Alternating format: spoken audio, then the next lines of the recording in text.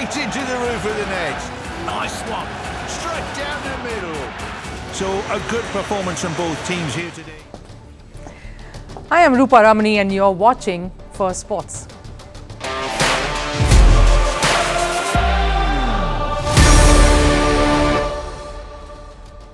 Now there's a lot lined up for you today on the show. Sports and politics always go hand in hand. Now we may not like it that way because if you are a true sports fan, any sports fan, then when sports and politics come face to face, sports will always be the casualty. Our show today is centered around the different political leanings in sport. What happens when the politics of a locker room spills out onto the football field? Nothing positive can come out of that, as seen with Manchester United getting knocked out of the Champions League, and that too at home. And then there is the politics of the gender. FIFA's report says women footballers receive 29% more hate than their male counterparts, more abuse than their male counterparts. And then there is the geopolitical issues affecting sporting ties. Israel football team is now without their biggest sponsor, and that comes coincidentally with the war being waged on Gaza. So a lot of politicking on this sports show today. Do stick around. But first, a look at the headlines in Sports 360. We'll start with cricket. South Africa beat India by 5 wickets in yesterday's T20 match. India batted first and scored 180 runs in their innings after rainfall stopped play. Rinku Singh scored his maiden international half-century in a T20 game. Using the Duckworth-Lewis method, South Africa were given a revised target of 152 runs in 15 overs. The Proteas sealed the win in the 13th over with a 49-run knock from Reza Hendricks. South Africa now leads the 3-match T20 series 1-0 after the first match was washed away. West Indies beat England by 4 wickets in a T20 thriller last evening. England batted first and were bowled out for 171 runs in the 19th over. Batters Shea Hope and Kyle Mayers scored quick 30s to help the West Indies chase down the total in the 18th over itself. Andre Russell was named player of the match for taking 3 wickets and scoring 29 runs for the West Indies. Australian batter Usman Khawaja was pictured in the nets wearing a shoe with a message for peace in Gaza. Khawaja was planning on wearing the same shoes for the opening test match against Pakistan starting tomorrow. Now, Australian captain Pat Cummins has confirmed that Khawaja will not be wearing the shoes on match day. Cummins added that Australia supported Khawaja for his message of peace. However, it would go against the rules set by the International Cricket Council or the ICC. In hockey, India beat the Netherlands coming from behind 4-3 in the Men's Junior World Cup quarter-final. The Netherlands got the ball rolling early and took a 2-0 lead at half-time. Then the Indian Colts built pressure on the Dutch and scored 2 quick goals to equalize the score at 2-2. The Dutch side came back with another goal, but India piled on 2 more to seal the win. They play Germany in the semi-final tomorrow. In weightlifting, India's Mirabai Chanu will skip the Asian Championships in February next year. She's still recovering from a hip injury which she sustained in October at the Asian Games in China. Chanu, who lifts in the 49 kg weight class, says she will participate in the World Cup in April in 2024. And Paris 2024 Olympics organizers say that at least 60% of all food will be vegetarian. Athletes and spectators will be served meat-free burgers, salads and vegan products. Organizers say that 80% of all dishes will be made from produce sourced in France. Organizers added that they are catering to serve over 13 million vegetarian dishes at the Olympics. Now, football is peaking in Europe. The UEFA Champions League is in its glorious phase. The top teams are battling it out. Who will be crowned the best in Europe? Spanish giants Barcelona are through to the knockout stages. They are followed by rivals Real Madrid. Winners of last season's Premier League, Manchester City, are also through. But what about their rivals, Manchester United?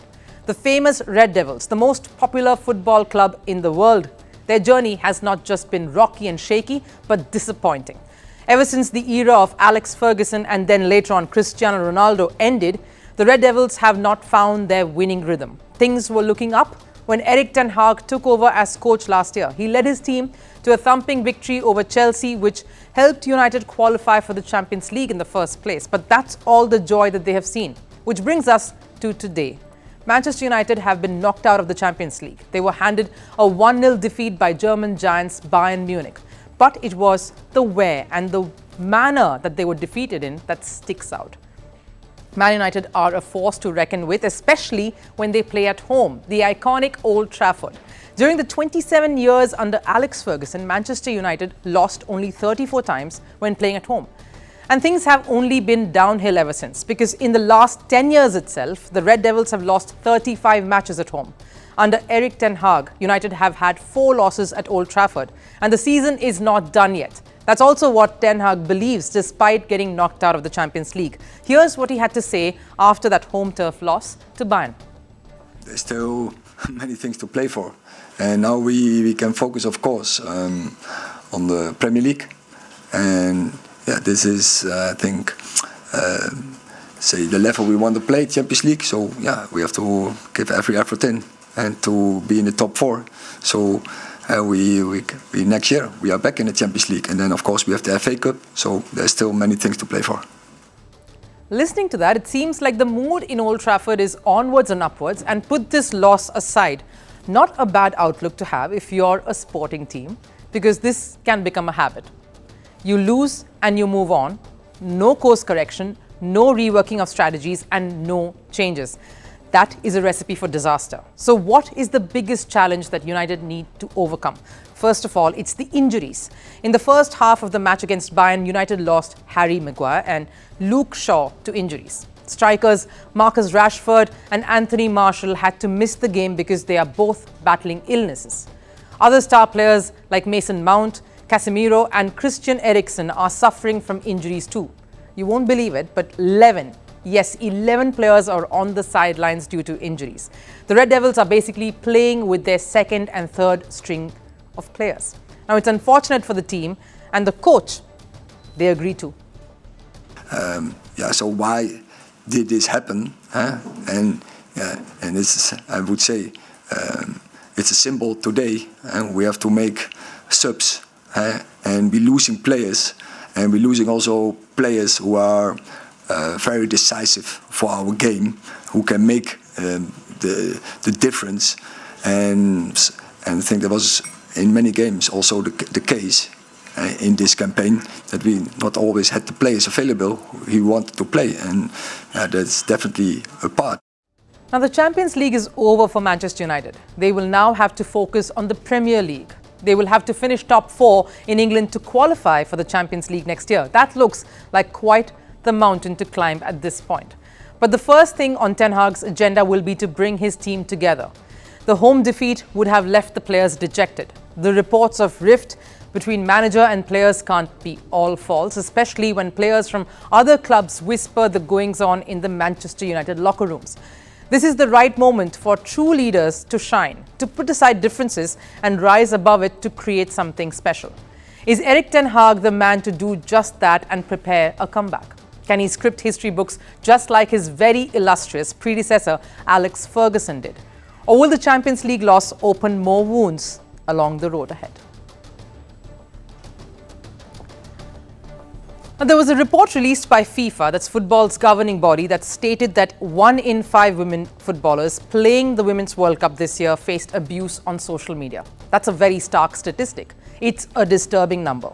What this number says is that women footballers are 29% more likely to face abuse online than their male counterparts who participated in the 2022 World Cup in Qatar. Now, don't get me wrong, this is not a feminist rant. So hold on and just hear me out. I will just show you some facts, incidents, true events that only reiterate this finding. We're talking of the Women's World Cup. Now, what comes to your mind when I say that? Well, ideally, it should be Spain lifting the World Cup for the very first time. But you will picture this that's on your screens. Spain's now former football chief, Luis Rubiales, forcing a kiss on one of the Spanish players after the win, Jenny Hermoso. A kiss that was non-consensual and definitely not welcome. Now, that tells you the story. And Rubiales continues to be in the headlines even as he's fighting the court. Seems like he tried to do the same with an English footballer that very night. That piece of news came out just a few days ago, but let's shift focus from this sport to another and talk about something more recent. Take badminton and Japan's Nozomi Okuhara's experience. Now, just a bit about Nozomi. She's been world number 1, is a world champion and an Olympic medalist. In India, she would be an elite athlete. She's gone on social media to talk about her experience to get to her room and what that entailed. From the airport in Delhi, where she landed, to Cuttack, and then to her hotel. Now let me tell you, it was not pretty. The only bright spark, she says, is her Indian friends in PV Sindhu and HS Pranoy helping her out. Imagine that Nozomi who had won the Super 300 in Lucknow and returned to India a week later to take part in the Odisha Super 100. She's on trying to get as many points as she can in her race to qualify for the Paris Olympics. Now, Okuhara says her troubles started at Delhi. Now, I had bad memories at Indian airports, she says, in the past. When I got out of the airport, a stranger started putting my luggage onto the cart without permission. I got scared and stopped, but he said something along the lines of, "I'll take it to the entrance." Feeling uneasy, I continued to the entrance. Now, all this while, what has happened is that her Uber driver that she had booked failed to arrive. She was not able to reach the Badminton Association. Multiple calls were getting no responses. She had to take a taxi to the hotel where she was going to stay a night before heading to Cuttack the next day. The cabbie she finally was forced to take because her Uber was incommunicado charged her a bomb because she compared that to the Uber fares. She ended up paying 10 times more than what she ideally would have. Now, I know what many of you are thinking. This is familiar, being fleeced by cabbies, but this was a horrific experience for the Japanese shuttler. And her ordeal did not end there. She faced the same struggles in Cuttack. She had arranged for transportation, but there was no one to come to pick her up at the airport. Upon reaching the hotel, she waited for 4 hours. That's right, 4 hours to get a room because there was apparently none available. She obviously contacted the association, and one of the officials who came out from the hotel, the Indian Association, to address her concerns, asked her for a selfie instead. Meanwhile, PV Sindhu was trying to get her accommodation elsewhere. The Japanese Badminton Federation then linked up with the Indian Association, and only then she managed to check in. She did say that the hotel staff were kind and helpful, but it was nothing short of a trying, harrowing experience. Now, all of this is so familiar to a lot of us. So these instances just reiterate how it isn't easy being women athletes the world over. There is some amount of resistance and struggles that one always has to face, whether it is in trying to check into a hotel from the airport, or worse, facing abuse from utter strangers. You only have to see scores of women across the internet or in the business, whether you're a presenter, you're a coach, you're a player, to realise that we're routinely used to dealing with systemic misogyny, bullying, and behaviour that has been pretty normal for a large part of the football public. But I feel that sport is probably the last place in society where that male privilege exists, and that if you haven't experienced systemic misogyny like lots of us have, you can't for one moment understand how detrimental some of these conversations are, knowing that anything anyone says just enables an absolute pile-on, particularly on social media, which, let me be clear, it doesn't take a lot for people to pile on women. Now, this is not a very surprising summation and makes me ask, does sports, and by that extension the fraternity, make it more difficult for women in sports? Is a level playing field a little too much to ask? Like when the women's WTA event organized in Mexico was done so shabbily that the world #1 had to question the organizers on the lack of infrastructure and safety for top women tennis players in the world. Now, I ask this especially when we come across comments like the one Joey Barton made. Now, for those who don't know, Joey Barton is a former footballer, a controversial one who has been part of clubs like Manchester City, Newcastle United, went on to be a manager for Bristol Rovers. Not a very impressive resume that, yet he went on to say this on his social media platform. He says, and I quote, "I'm bothered about the female footballers who aren't good enough players to comment on the male players because they don't understand the game. Women shouldn't be talking with any kind of authority in the men's game. Come on, let's be serious. It's a completely different game. The women's game is thriving. Fantastic to see. I cannot take a thing they say serious in the men's arena." Now, why so much hate, Barton? Now, we started the story with the FIFA report, and we shall end with it too. While submitting the report, the FIFA scanned over 5 million posts and comments and verified over 7,000 instances of abuse or threatening behavior. As far as who were making these threatening comments, 67% of abusive accounts were traced back to North and Central America, while 21% was coming from Europe. And that's a lot of hatred for something that doesn't seem to have a strong purpose. And what will it take to even the scales? Now, Kobe Bryant, when accepting his Oscar for the short animation film Dear Basketball, had used the words someone had thrown at him: shut up and dribble. Well, all women athletes really want to do is shut up and play. That's all. That shouldn't be difficult. Now, sports or politics, sports and politics, or sports versus politics. No matter what the permutation, sports is the only casualty when pitted alongside or against politics. The Israeli war in Gaza has created a divide in the world, and sports is not immune to it. The most recent controversy involves Israel's football team. Popular German brand Puma has terminated its sponsorship deal of the Israeli football team. The contract will expire next year, and a renewal is not on the table. Puma says the decision was made before the war in Gaza. Israel is calling it a campaign to mislead the public. This is not the first time that politics has played spoilsport, and it looks like it won't be the last.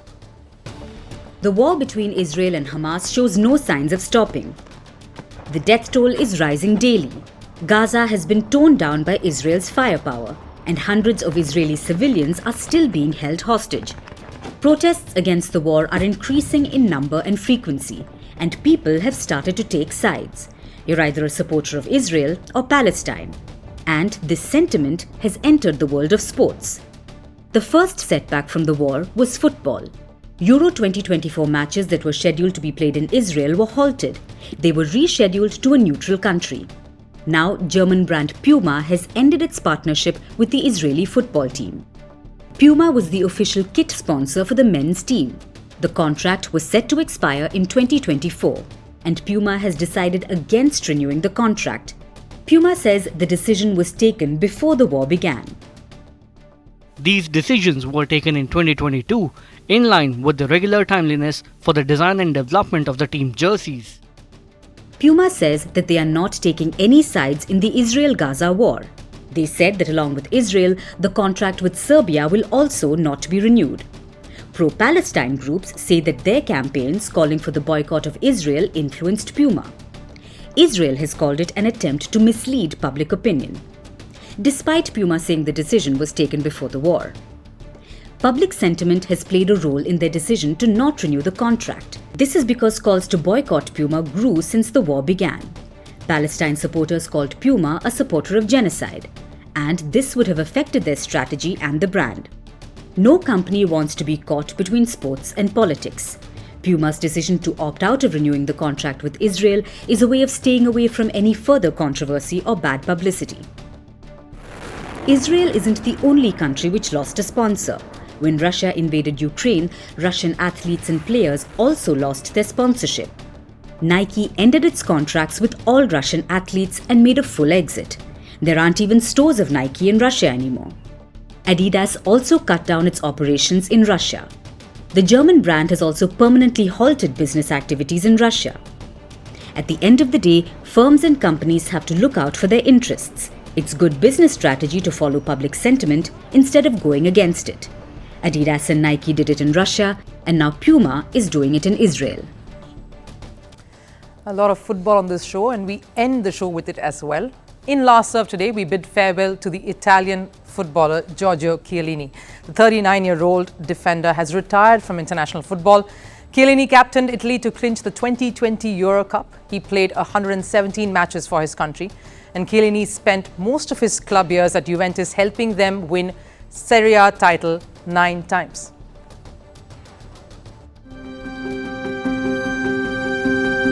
La prima rete porta la firma di Chiellini, ragazzo cresciuto nel vivaio, da poco convocato nell'Under 21. Era il 3-0 per l'Italia, la prima rete con la maglia azzurra. Chiellini al secondo. 10 minuti di sonno accasciato sulla scrivania, pronto a ricominciare per salvarne un altro. Per il coraggio di stare insieme, di andare sui balconi a risultare come faremo adesso. Siamo campioni d'Europa! Well, that's all the time we have here on this edition of Firstpost. We hope you enjoyed this as much as we did bringing it to you. I'll see you again tomorrow at 7 p.m. Until then, bye-bye. Take care.